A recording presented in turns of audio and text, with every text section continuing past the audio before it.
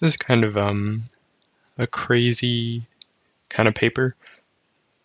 So this is called Voicebox, and it's made by Meta AI. And you've probably seen these videos of voice cloning, and then I don't know, and then you have like two famous people talk to each other, something like that.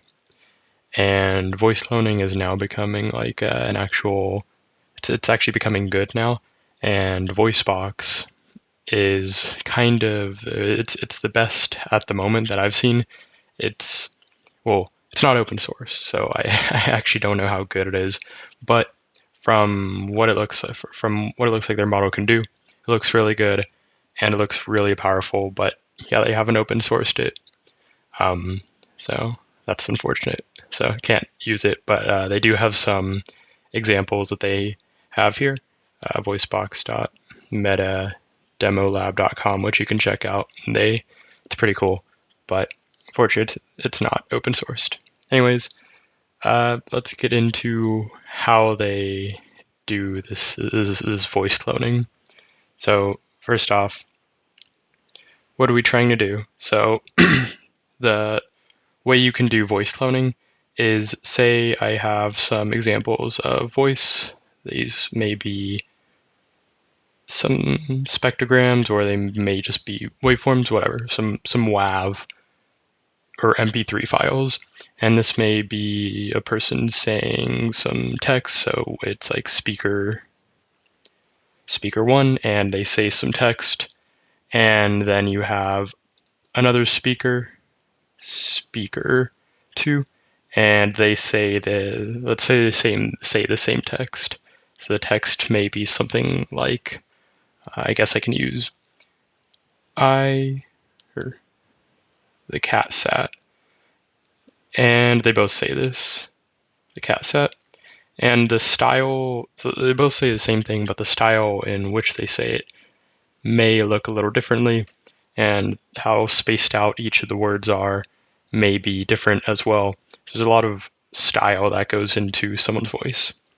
Now what we want a model that will take one of these. So we want a model that takes one of these. And so it'll take like an example of speaker 1's voice, and it'll take in some text, say, I don't know, so it'll take in a second pair of text, and then we want it to output whatever this text is in the style of this speaker. So if we give it this sample clip here and we give it this text, then it will output this text, but it'll sound like speaker 1 said it. And if we give it speaker 2 instead, then it'll sound like speaker 2 said the text. And it would be nice to have a one-shot or few-shot approach where you give it this text, or you give it the example of what the speaker said, and it does it within one example or a few examples, instead of training an entire model to say something in one speaker's voice. And that's what's kind of been done up to a point. There's kind of been approaches where you can do a one-shot or a few-shot approach, but they haven't been super good. I think the one they compare it to is your text-to-speech or something like that. There's been a couple, but they haven't been super good. This one is really good, though. And there's been a couple more that have been released recently that are also pretty good. I think like Soundstream is one of them. I don't know who that was made by, but there were a few recently that were created, and this one is one of them that can do more than the others. Now, how do they do this? So the way they do this is, they kind of show right here, is you can kind of append the example, and you can do a sort of diffusion. So we'll go with a high-level example first. And the way I'm drawing it right now is not actually how it's done in the paper.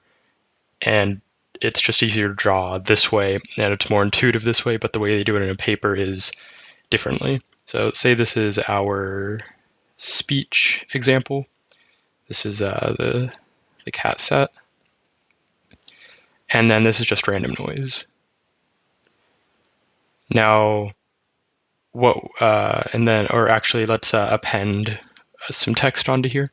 So now we append a sequence on here of what we want to say in this style. So maybe this could be a tokenized representation like you would throw in a transformer, and this would be whatever our text is. And then we append another part to it, and this is just the noise. And what we want is we want to throw this through a diffusion model, DM.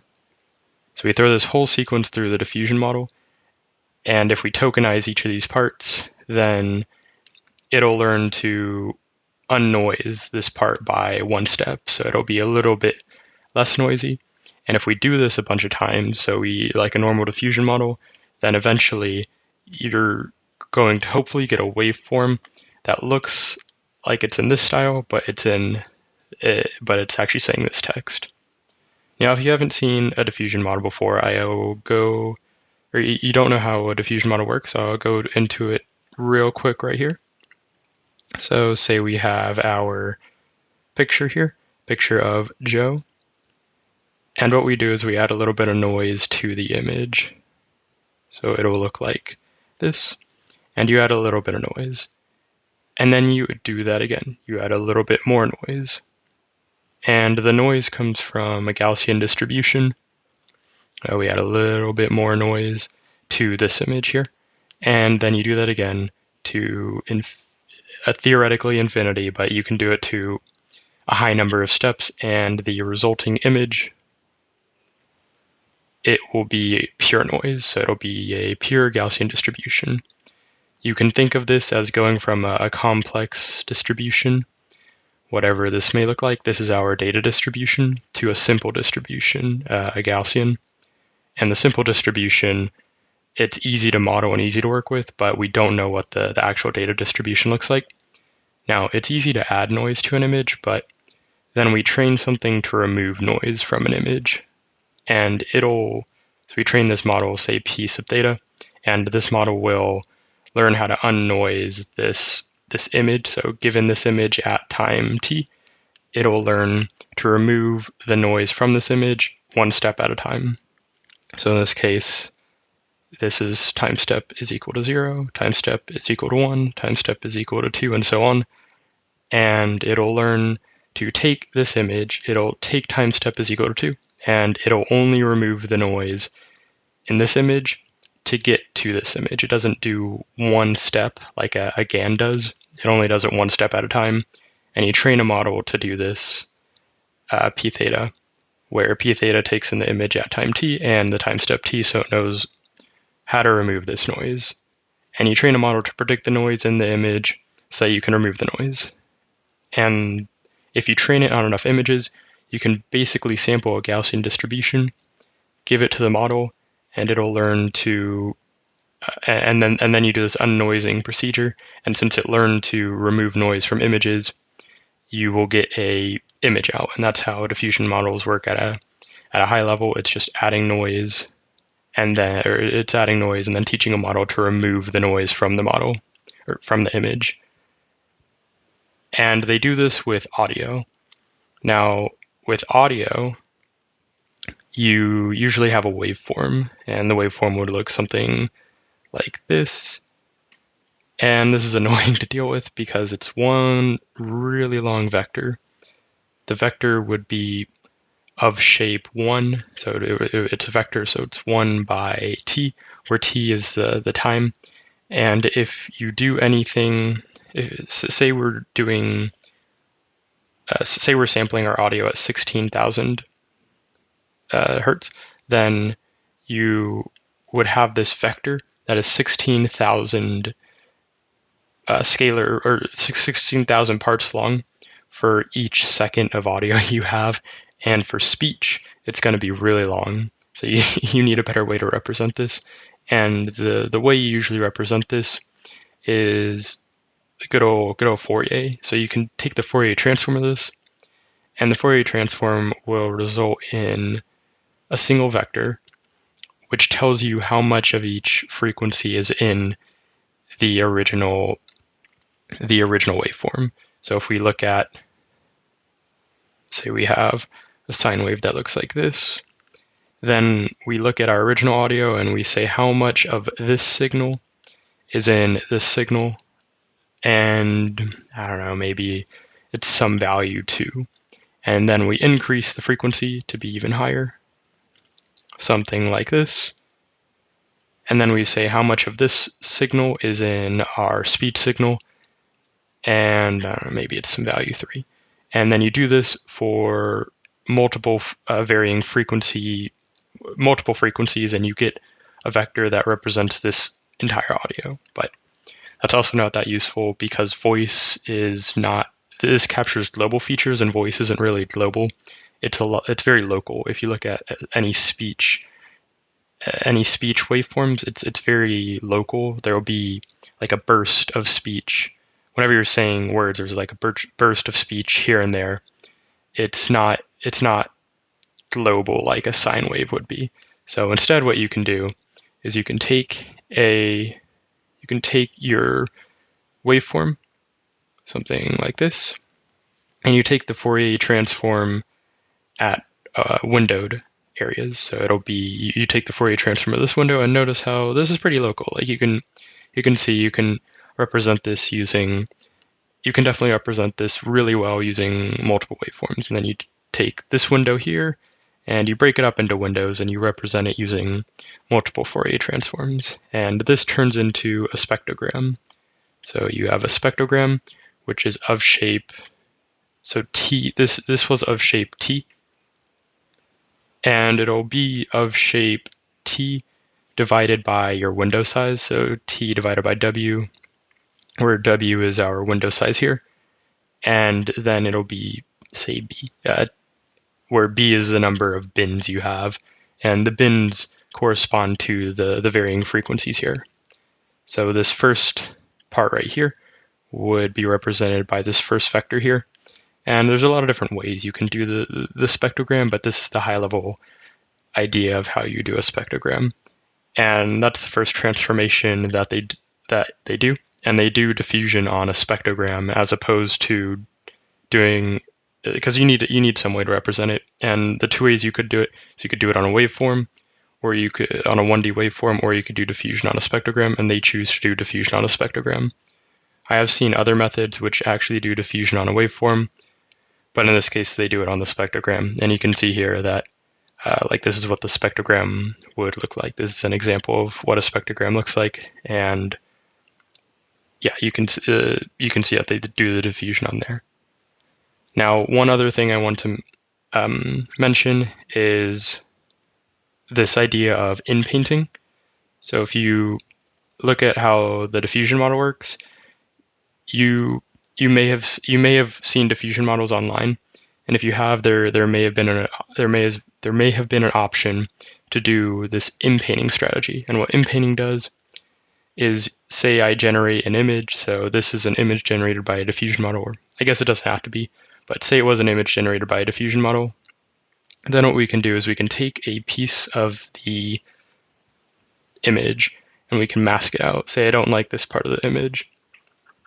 Now what we do is we take this image, and we throw it through a diffusion model. Throw it through a diffusion model. And you do the same amount of steps, but instead of doing the diffusion on the entire image, you're only doing the diffusion on this local part of the image, but the local part of the image has context of the rest of the image. So if we kind of add noise here instead, so this is our mask area, what you do is you start with your Gaussian distribution here. So you remove the old part of the image and you make it a Gaussian, you sample from a Gaussian distribution, and that's what you have there instead of your old image. And you throw this through the diffusion model, and instead of it diffusing an image, it'll diffuse this little part of the image, but it does so with the context of the rest of the image. So this may turn into some different looking face or different looking part of the face.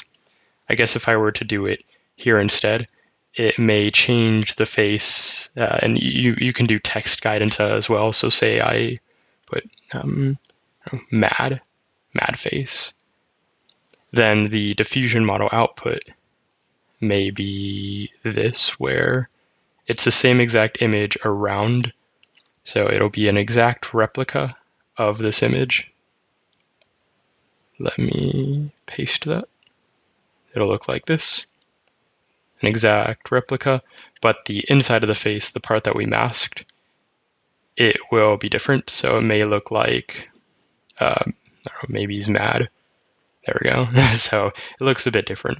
And that's how the inpainting works. And they use this idea to generate audio. So that's the high-level overview.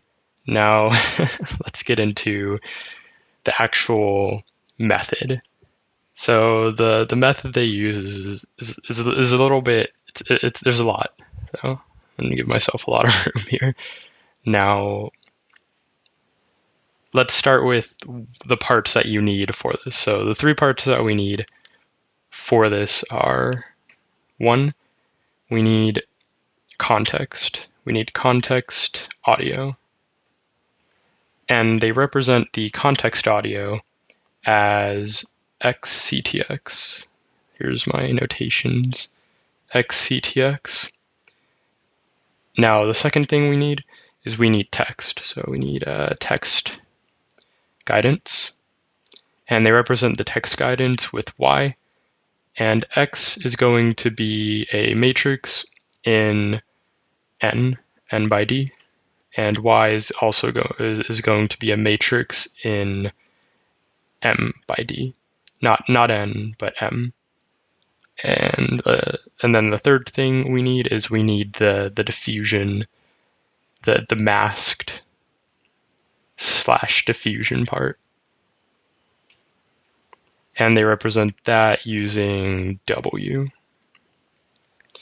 Now what we need to do first is we need to put all 3 of these parts in the same space. W is in R of N by F.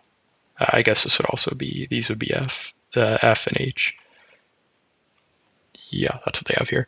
All right, so we need to put all these in the same space first, because notice how they're in completely different spaces, N by F, N by H, N by F.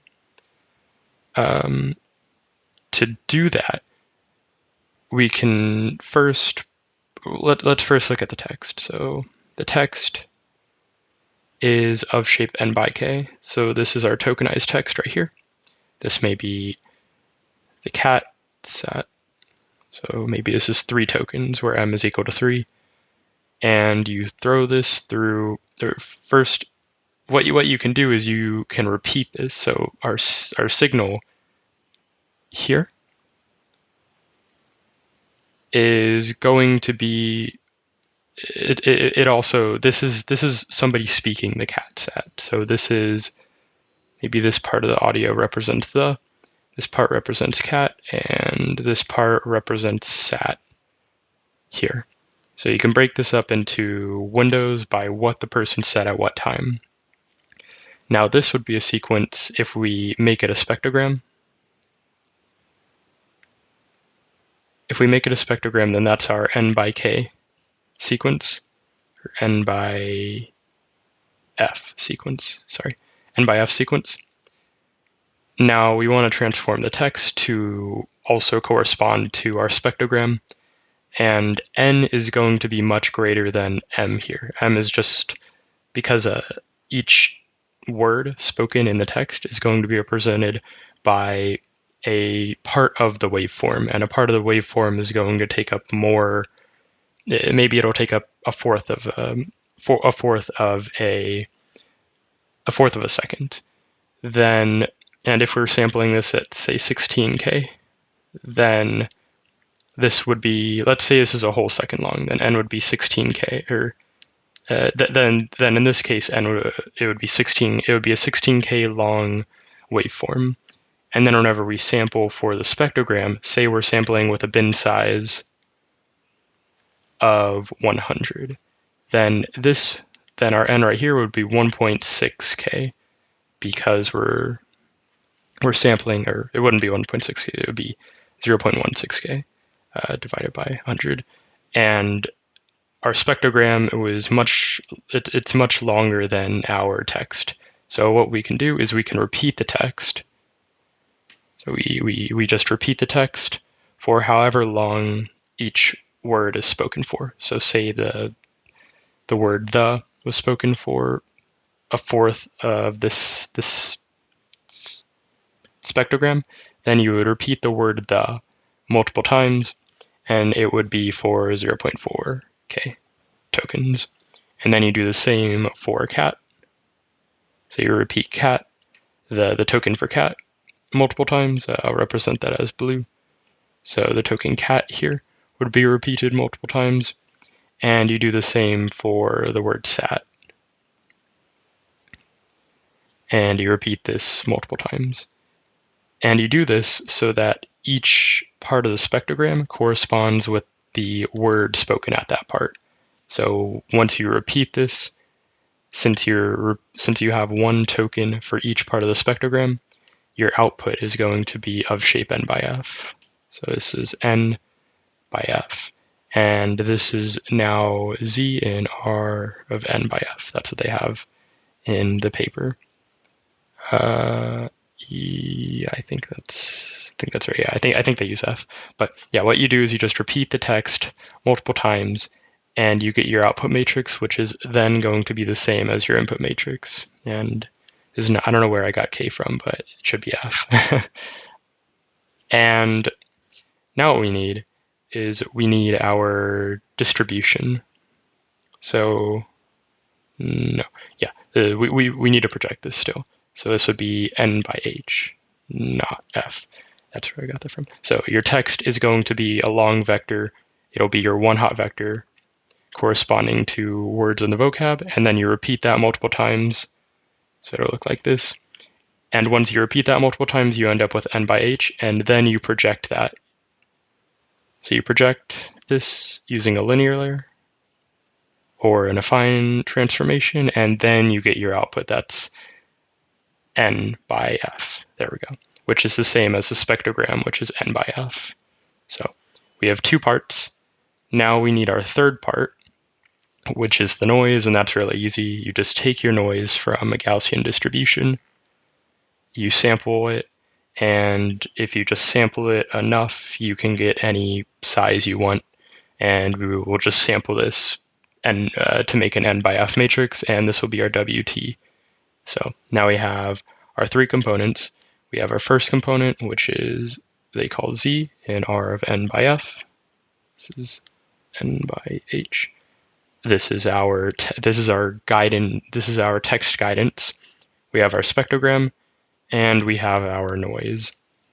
Now we can combine these three, and your first thought may be, oh, we'll just combine along the n dimension, along the sequence length. No, they decide to combine on the other dimension, on they concatenate along the dimension, the vector dimension, as opposed to the length dimension. And the way they do that, let me stack it here.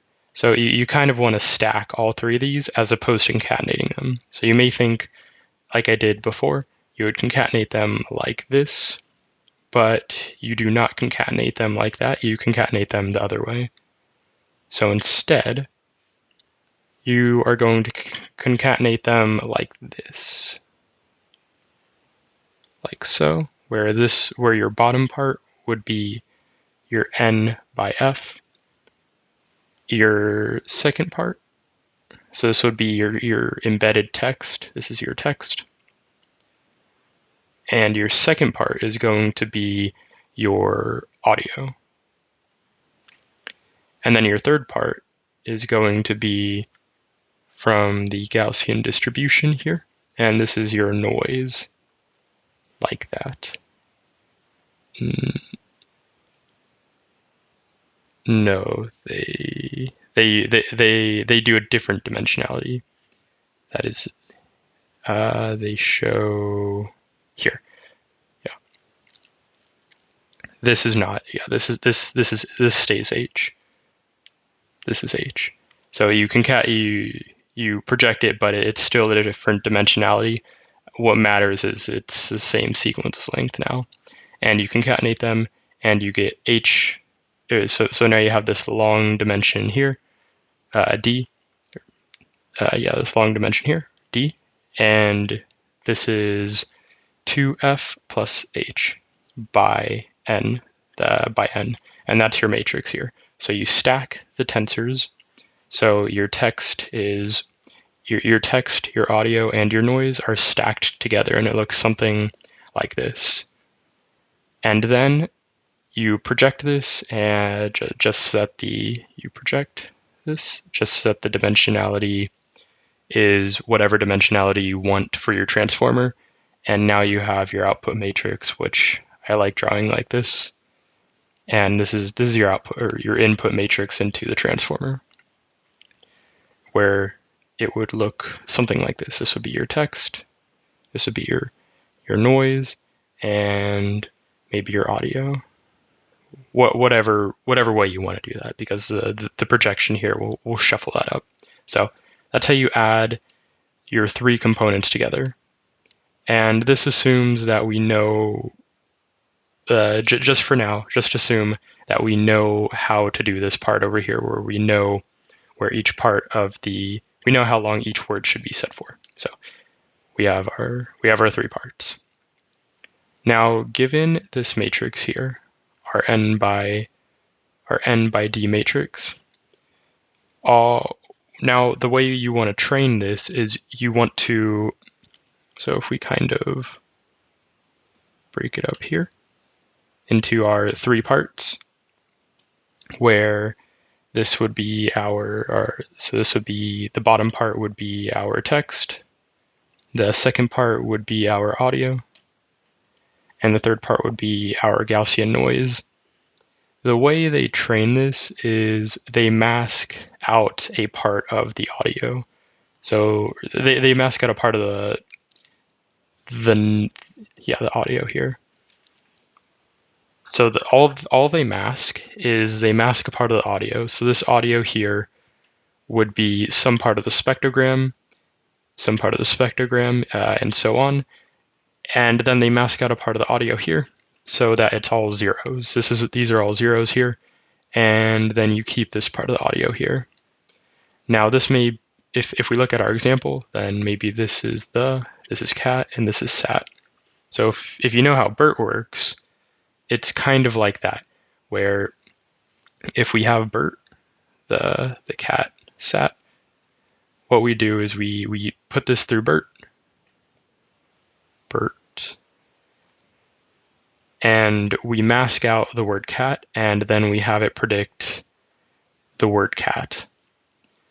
And you can think of, the rest doesn't matter, and you can think of doing the same thing here, but instead of doing that just doing that with one token for the text, we're masking out an entire part of the audio. And what it does is it predicts that using this part right here, the noise part. And remember, the noise is all Gaussian noise right now. It's all the same. But what we do is we train a transformer to make the noise match the audio here. So at x0, or at time step 0, then then we have W is sampled from a Gaussian distribution, and this would be represented by pure Gaussian noise. But then at time step 1, in this case they use time steps between 0 and 1, W would be equal to x t, which is equal to the audio. So at time step t, we want these to match. And we want to train a model so that it learns how to denoise this noise into the audio. But it only needs to, even though it's given the entire context, it only learns this part of the matrix here. Now, the way we do that is by using a transformer, like you do with every other task. So what you do is you give it this entire matrix, you throw it through your transformer,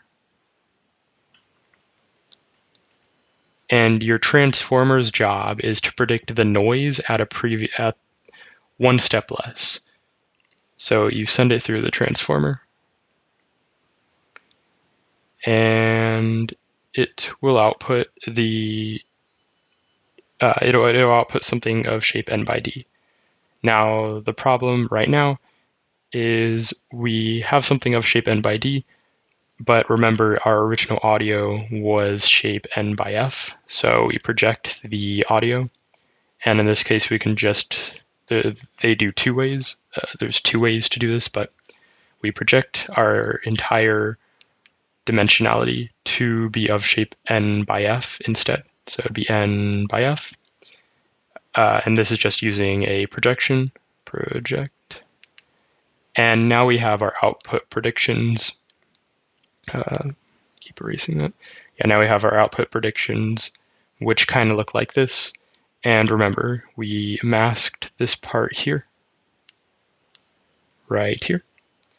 And we wanted it to predict the noise here. Yeah, we wanted it to predict the noise that we added at that time step. So whenever we mask it, we make the context all zeros. So our context here is going to be all zeros, but remember in the diffusion process, the diffusion process, we would make it so we would add a little bit of noise, and we would add a little bit more noise. And in the diffusion process, you want it to predict one time step. So what you do is for our noise, or for our noise here, the way you train it is you take your actual audio here. So you take the audio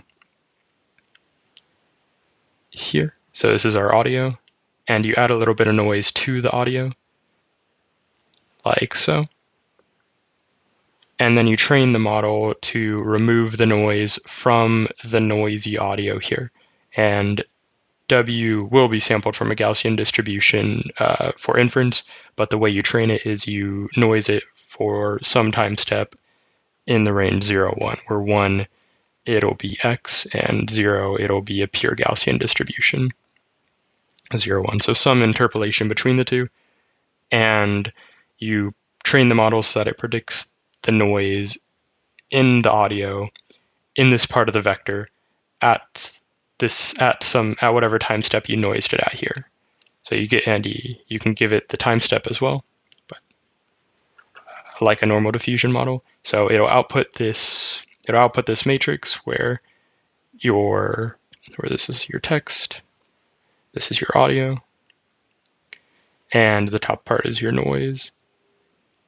Or you can project it in general, and it'll just output a single vector, or it'll just output your noise predictions here, because it goes from shape D to shape F. So you just you project it, and it outputs your noise. And remember, this was the part we were trying to predict, because that was the part that was masked here. And they show here that there's two ways of training this thing. So assuming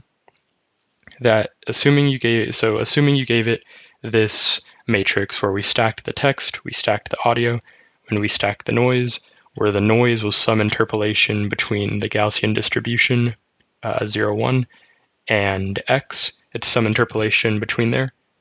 And whenever you give it the time step, so time step may be, say, 0.5, half interpolation, it'll output the original matrix shape, and then you project that.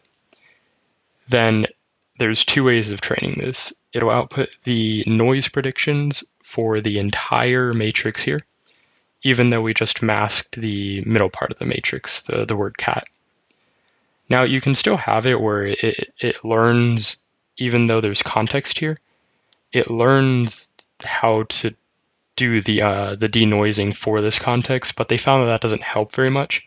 So all you do is you take this middle part here as your prediction. So your prediction would be this middle part here for the word sat, for the word cat, and this is your prediction. And you do so. Our prediction would be some segment, maybe like n over 3 and f. And this is our prediction here, which is our prediction for this, the noise in this part right here. So all you're predicting is the noise in the Gaussian in the Gaussian part of the matrix, or in the interpolation between the Gaussian part and the image part, the diffusion part of the matrix. And this is the prediction up here. And the way they do the loss is using this thing. And they don't actually use diffusion. They use something called a flow-based model, but it's basically a diffusion model. So you can think of this loss as just the good old noise matching diffusion loss. It isn't, but you can think of it like that because looking at this mess over here is not fun to look at, and trying to explain the way the flow matching model isn't necessary. What is necessary is getting the idea, because it's basically a diffusion model. It's not really a flow-based model. It's basically a diffusion model. So you can think of this as diffusion loss, where you want this to output the noise prediction, the noise that was in our audio at time t. So you can think of it like that. And they show here that instead of having it predict the noise in even the areas that weren't masked, you only predict the masked areas. And they say that actually it does better than predicting all areas in general, which makes sense, because why would you predict an area? Why would you predict the noise in an area when you already have context of what's there? So this probably makes the task a little bit harder for the model to get a better loss. So that's the model. That's the model here.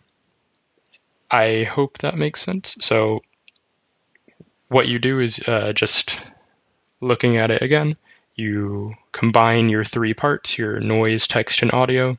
You put that through the model, and the model will output the noise at whatever time step it is currently at whatever time step the noise is at. And with a normal diffusion model, you will start with pure noise here, and whenever you send that through the transformer, it'll output the noise at one time step, and then you repeat this process over and over again for t steps. Now, that's good and all, but we made one assumption that we need to fix still, and they describe that here, down here, the duration model. So remember how I said, oh, you can just repeat the text however many times if we know the duration of the word the, then we can repeat the text that many times. Now, what if we don't know the duration? So say in our example down here, we know the duration of the and we know the duration of sat, but we have this middle part here that we don't know. So there's two ways they go about this. And if let me go back. If we use the same example here, then you can actually model it in basically the exact same way.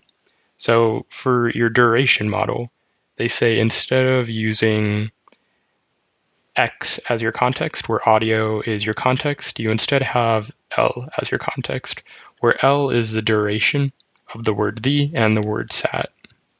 So L is your durations. Yes, L is your durations, where L is in R of M. And remember our sequence length, which we had up here. Our sequence length, or our text, Y, was in Y was in R of M by, it was H, H.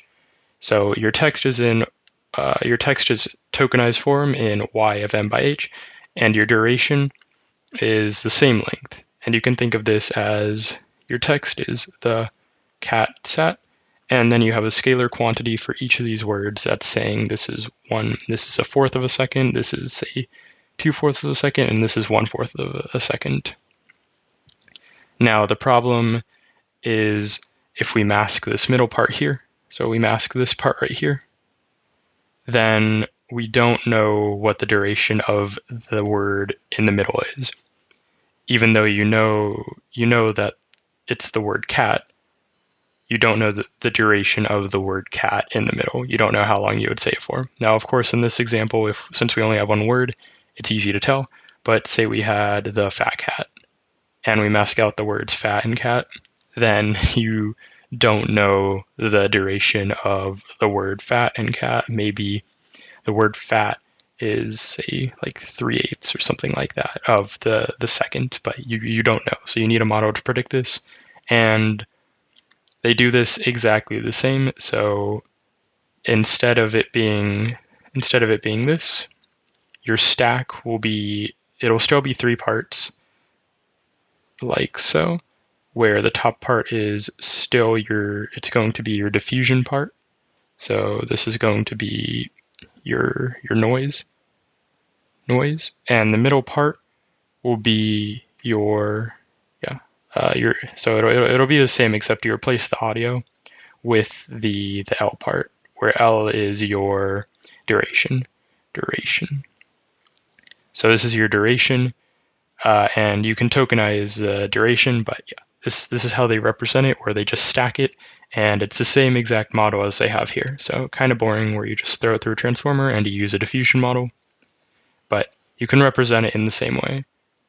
Now, like I said, you can either use doing diffusion modeling or flow-based modeling, and you throw it through your transformer, and if you mask out this middle part here, then it has to predict the word cat. It has to predict the duration of the word cat.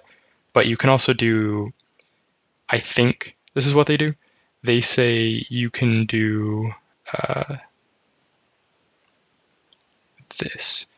A second solution that regresses the masked duration. So I think that's just a one-shot approach where you output this in one step as opposed to diffusing this part. You remove the top part, the noise, and you just have it predict this matrix here, where it has the text and it has the masked duration, and you take this masked duration here and you have it only predict that part there.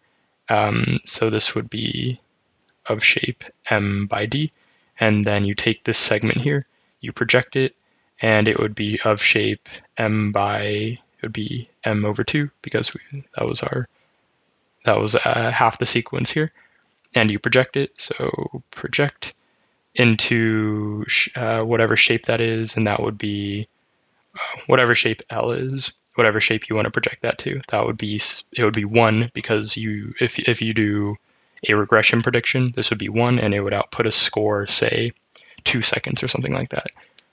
And that's the second method they do. They find that the diffusion model approach works better, where you slowly diffuse this part into the actual duration.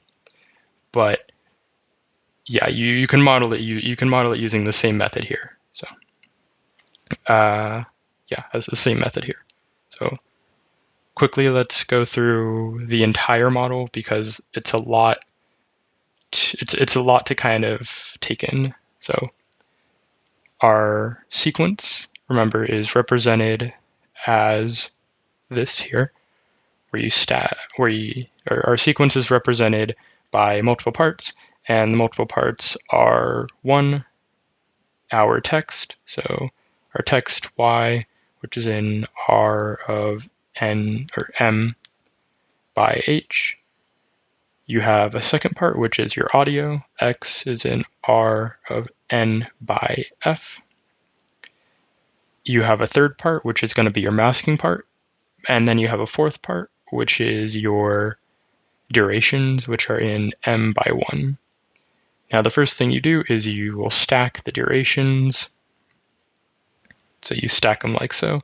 So you have your text, you have your durations L, your L durations, and then you have your optional noise, and you throw this through a transformer,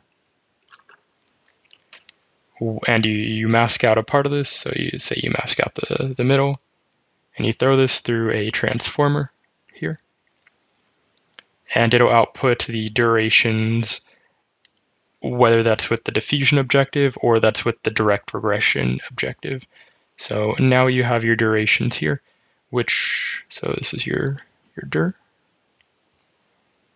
text here, and now it's complete. So you can take your durations, and then you can take your text. So remember, you have your text here, and your text is m by h, and m would be equal to 3, and n is equal to, say, 16k. So now that you know the duration of each word, you can repeat your text multiple times, and the text gets repeated. Say the word cat would get repeated, or n would be 0.16k because we did the spectrogram. But yeah, and you repeat this multiple times so that your first part of your sequence would just represent the word cat. The second part of your sequence, or first part would be the second part would be the word cat, and the third part would be sat. And you repeat this based off the predicted durations because you did the masked modeling and you trained your transformer well. And this would output a sequence of shape n by h. And now you will stack your text, which was here.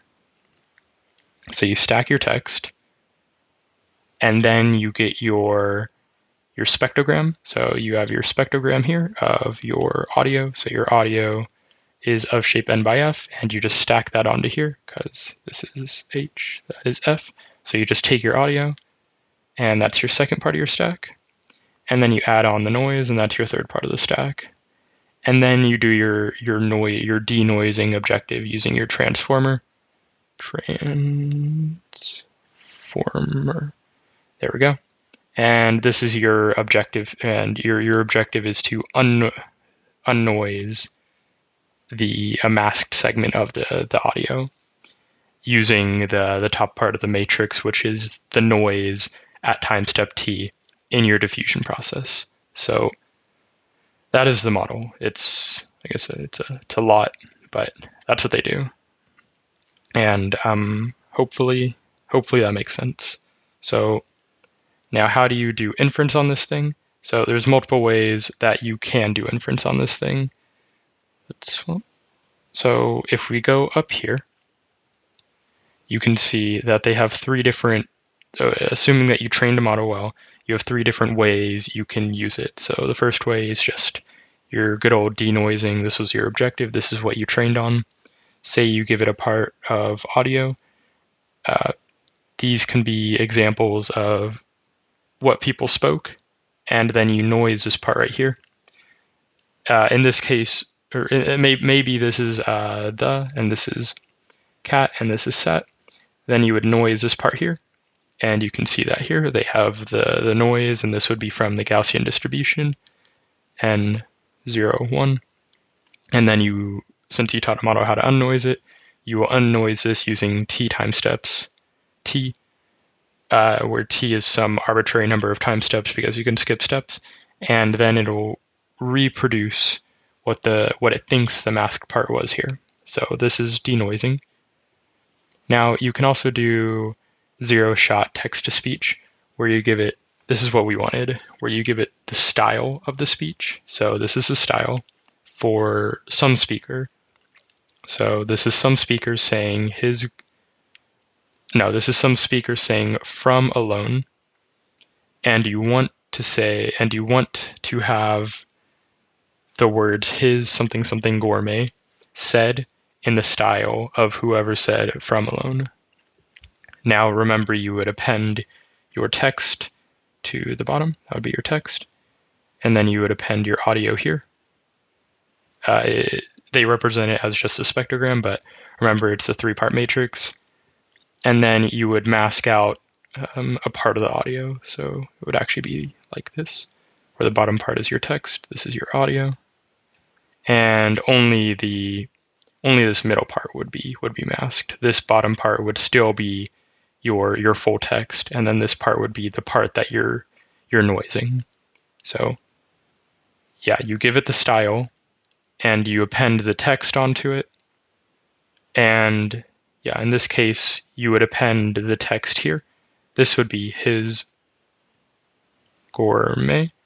And since you don't, you have the text here, but you don't have the audio for this, this is the part you want to denoise because you know what text you want it to say, but you don't have the audio for it to say. But you have the text for it that you already have the text in the style that you want here. So this would be your from gourmet, and then your audio. So you have your full audio here. This would be your masked audio here, and then the top part would be your diffusion part that you're diffusing, so that this part will match this part, and this part becomes whatever text or whatever audio you generate, and you will end up with whatever it thinks is the most probable outcome for this text in this style, which is it's pretty cool because you didn't actually train it to do this. It's kind of a byproduct of how you trained it. Now, the third way is if you just have text and you don't have any style.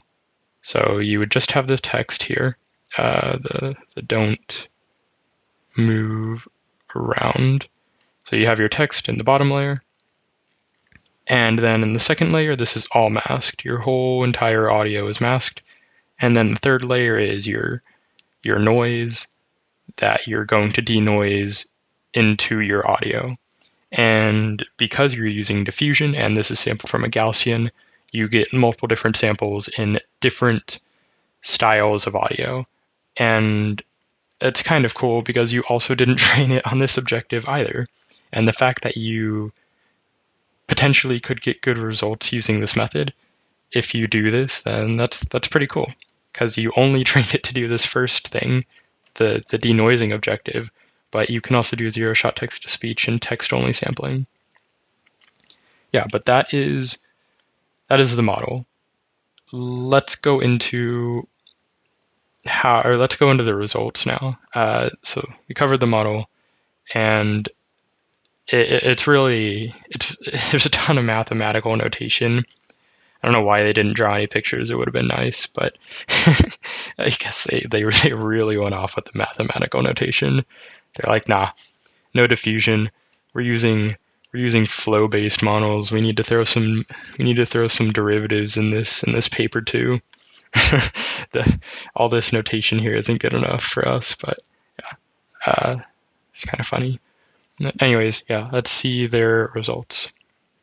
So here are the past models that they compare with.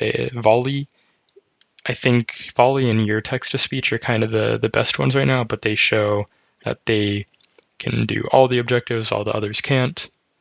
The objective, zero-shot text-to-speech, denoising, editing, so the editing objective is just the denoising objective, except it's like inpainting, where you just you remove part of your audio and it fixes it. It's basically the masked objective where you just remove a part of your audio. That's just partial edit. And then sampling is where you do it without any audio at all.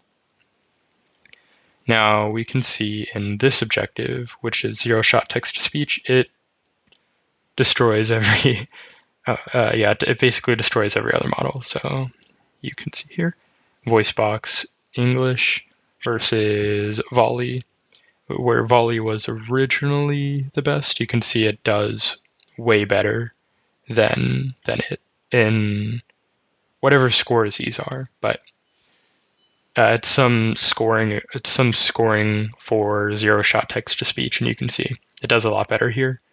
It does a lot better in this case as well, and in this case here. So that's cool. I mean, you can't really verify that because it's not open source, but yeah, it apparently does well on zero-shot text-to-speech. And another cool objective is crosslingual text-to-speech, where you have audio in one language and you have text in a different language than the audio. And you can see it also does pretty well on that. And there's, let's see. It does pretty well on that overall. Of course, you also can't check this. Do they have any baselines? I do not think so. Oh, is YT your text-to-speech? It may be. But yeah, you can see it does better than your text-to-speech, where you want this to be higher, you want this to be lower. Yeah, it does better. It does better in it does better in all cases, actually.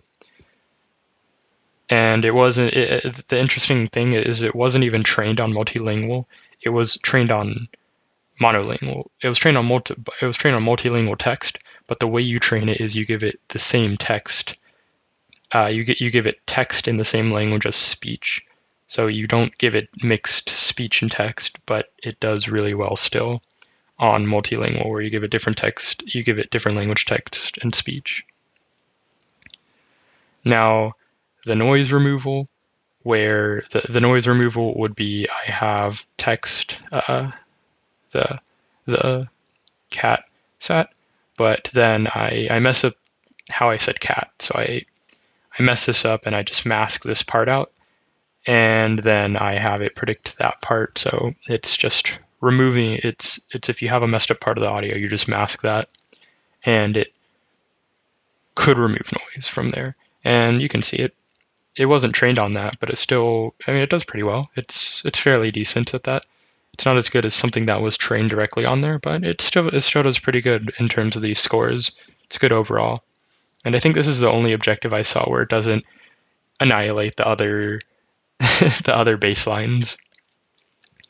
In this case, this is diverse speech sampling, where that was the last part up here, where you would go from you just give it text and it'll output some speech, and the goal is you want a lot of diversity in the generated speech, and these scores measure that somehow.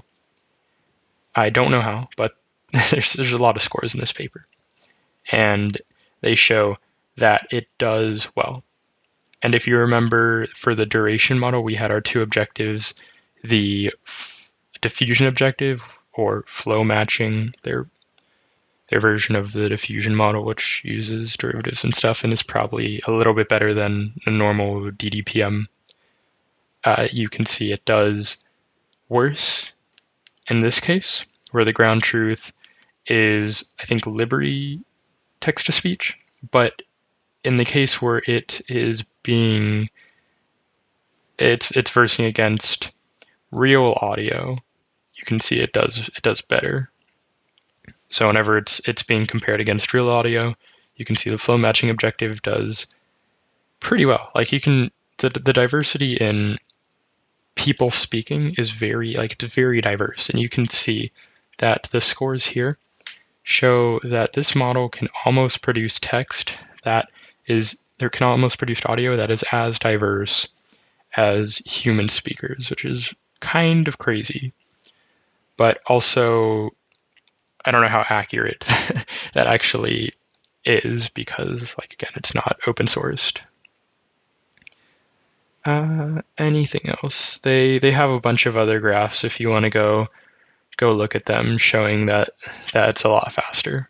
They also have this awesome ethical statement, which you always have to have. But yeah, they're like, oh, you can clone people's voices. We recognize the potential risks of a model capable of generating speech in the style of arbitrary people. In effect, to diminish the three risks shown, we show that a binary classifier is able to consistently distinguish between real-world speech and that which is generated from our model. So that's kind of funny that they made a binary classifier. I don't know why, but they did. They were probably just messing around, and they're like, oh, what if we make a binary classifier to see if our speech looks real? And I think you can tell here, if you just look at the speech here, if this was your real speech and this is the generated speech, you can kind of see, like, it's just looking at this, it's easy to tell that this is generated compared to this text compared to some ground truth audio that wasn't generated. This part was generated, but they showed the ground truth here, which was not generated. And you can see there's a pretty visual difference here. So yeah, I would imagine a binary classifier would be pretty good at that. And I think they got like 90% or something around those numbers. But if you want to look at the other results, they have a lot. They also have a lot of citations. But that is the paper. It's there's a lot going on. It's kind of cool to see them do a different approach where the way they stack it and piece this together, it's very different from a lot of other models I've seen. And overall, it's a pretty cool paper. Though I do wish they open sourced it, and I do wish they had a lot more diagrams in here. But that is Voicebox. Hopefully one day we will get to use it.